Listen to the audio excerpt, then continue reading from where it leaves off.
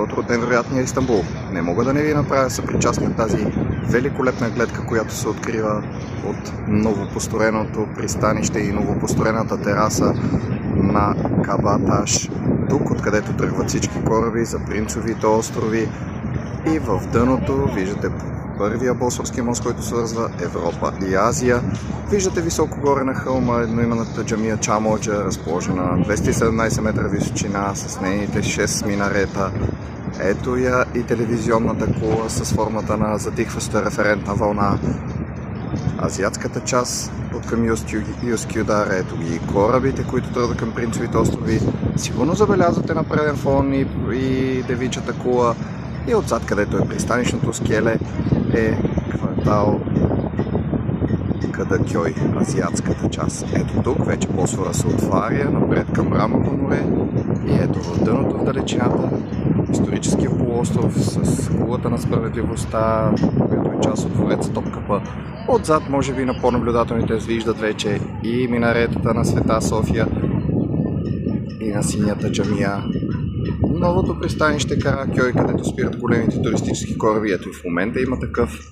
И обръщайки се назад пък вече, точно зад строителния кран, виждате малките минарета на джамията, посветена на последния син на Сюлейман, великолепния на Джихангир.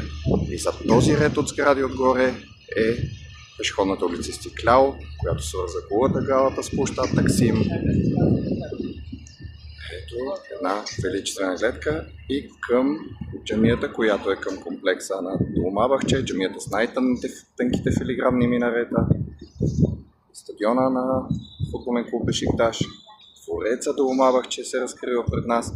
Защото тази обзорна тераса тук на пристанището Кабаташ е наистина невероятно място.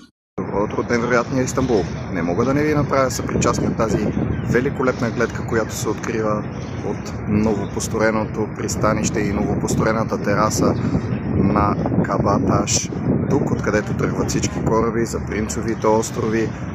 И в дъното виждате първия Босфорски мост, който свързва Европа и Азия.